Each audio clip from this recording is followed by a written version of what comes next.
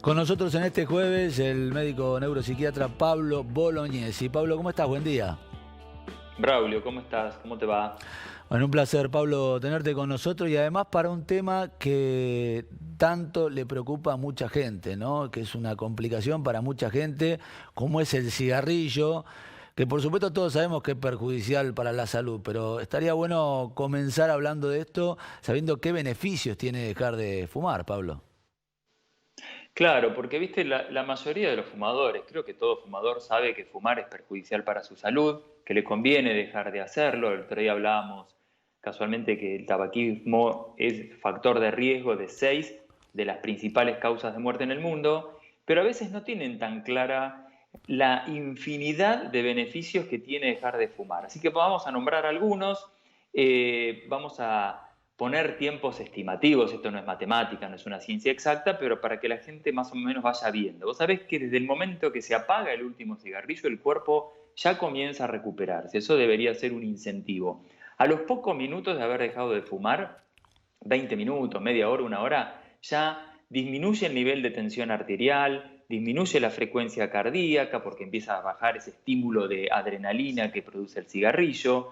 Más o menos a las 12 horas bajan los niveles de la concentración de monóxido de carbono, que es muy tóxico, bajan a niveles normales.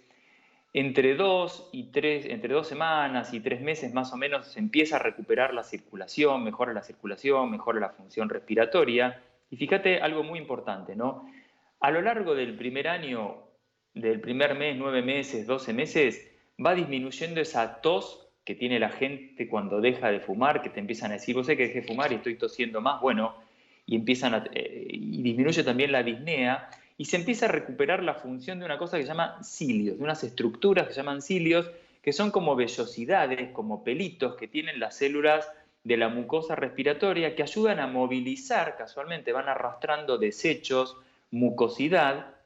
Eso va recuperando su función, que es fundamental para prevenir infecciones. Entonces, esto es fundamental para recuperar la salud y evitar uno de los grandes riesgos que son, por ejemplo, las neumonías. Al año de haber dejado de fumar, ya baja a la mitad del riesgo excesivo que tiene el fumador de cardiopatía coronaria, por ejemplo, del infarto coronario.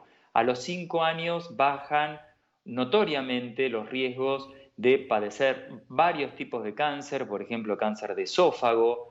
Disminuye el riesgo de accidente cerebrovascular a niveles normales de un no fumador, y a los 10 años ya bajó a niveles muy importantes el riesgo de lo más temido, que es el cáncer de pulmón, que está muy aumentado en fumadores de tabaco. O sea, aumenta muchísimo la expectativa de vida, que en un fumador se calcula que es 10 veces menor que en una persona no fumadora. Y se agregan otros beneficios que a veces no se tienen en cuenta. Por ejemplo, se recupera el sentido del olfato, se recupera el gusto, mejora el aliento, mejora el olor en la ropa, en el cabello. Las uñas y los dientes van perdiendo esa coloración amarillenta que tiene el fumador. Hay menor dificultad para realizar actividades cotidianas, esta cosa de agitarse al subir una escalera, de agitarse al caminar. Disminuye, por ejemplo, los riesgos de inflamación de encías, de caídas de dientes, la formación de arrugas prematuras. El fumador tiene arrugas prematuras. O sea, veamos la cantidad de beneficios que tiene dejar de fumar y cómo van apareciendo ya desde los primeros minutos, ¿no? Ahora, Pablo, por supuesto, estamos hablando de los beneficios, mucha gente que quiere dejar de fumar y no puede. ¿Cuáles son los tratamientos que hay hoy en día como para poder dejar de fumar?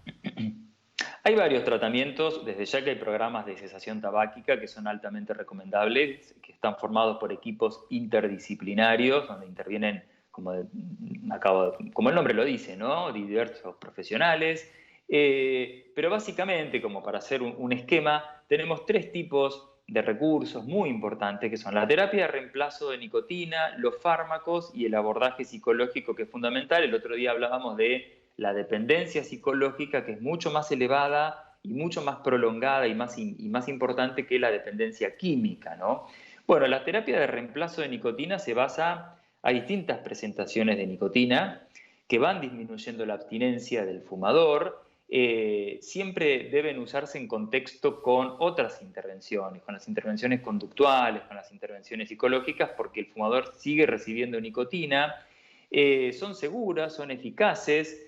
El mecanismo de acción se basa en que se le sigue administrando nicotina y sigue estimulando, digamos, los receptores de nicotina y liberando dopamina que genera relajación y placer, pero sin fumar. Existen distintas presentaciones, chicles, hay chicles de liberación rápida, hay parches que dura 24 horas el efecto, hay spray nasal, hay inhaladores y se tienen que empezar a usar el mismo día que el fumador deja el cigarrillo. Después tenemos los fármacos, básicamente hay 2 fármacos aprobados, uno es un antidepresivo que se llama bupropión, que además de disminuir el deseo de fumar, cosa que se observó usando el antidepresivo como antidepresivo, ¿no? Como un efecto agregado, también tiene el beneficio de que por ser antidepresivo disminuye muchos síntomas asociados a dejar de fumar, al displacer de dejar de fumar, ¿no? Baja el estrés, baja la irritabilidad, baja la ansiedad, baja la angustia, la tristeza,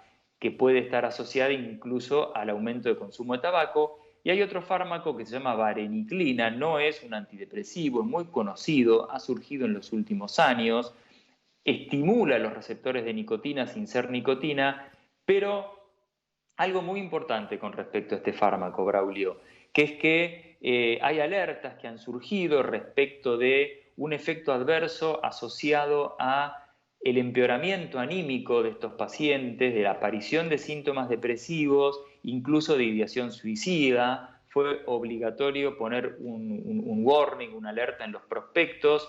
Esto es discutido, pero la realidad es que en una persona que tiene síntomas anímicos, que tiene síntomas depresivos, hay que usarlo con mucho cuidado y por eso siempre es recomendable el asesoramiento de profesionales. Hay gente que recurre por su propia cuenta, ¿viste? Y la realidad es que son fármacos, no dejan de tener sus riesgos. Y el abordaje psicológico, decía también, es fundamental por la dependencia psicológica. Y yo siempre le digo a los pacientes que para dejar de fumar hace falta una sola cosa, ¿no?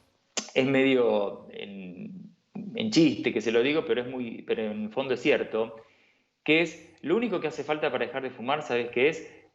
La decisión de dejar de fumar. Yo he visto fumadores de 5 cigarrillos por día que hacen infinidad de tratamientos y no pueden dejar de fumar, y he visto fumadores de, ¿qué te puedo decir?, 2, 3 atados diarios de cigarrillo negro, además, Braulio, que son potentes, que dicen, yo un día, doctor, dije, no fumo más, apagué el cigarrillo, dejé de fumar y hace 30 años que dejé de fumar. Vos fijate lo importante que es tomar la decisión, y parece un hecho menor, pero claramente no lo es, ¿sí? Después hay otros dispositivos circulando, como los cigarrillos electrónicos, que no está demostrada su eficacia, ¿no? Son un tema aparte Y que seguramente de gran nos discusión. quedarán, Pablo, para poder abordarlo y para que nos pueda dar también tu opinión en otro programa, pero ha sido muy interesante ya el semblanteo que nos hiciste sobre este tema que seguramente vamos a prolongar. Pablo, como siempre, muchas gracias por estar con nosotros.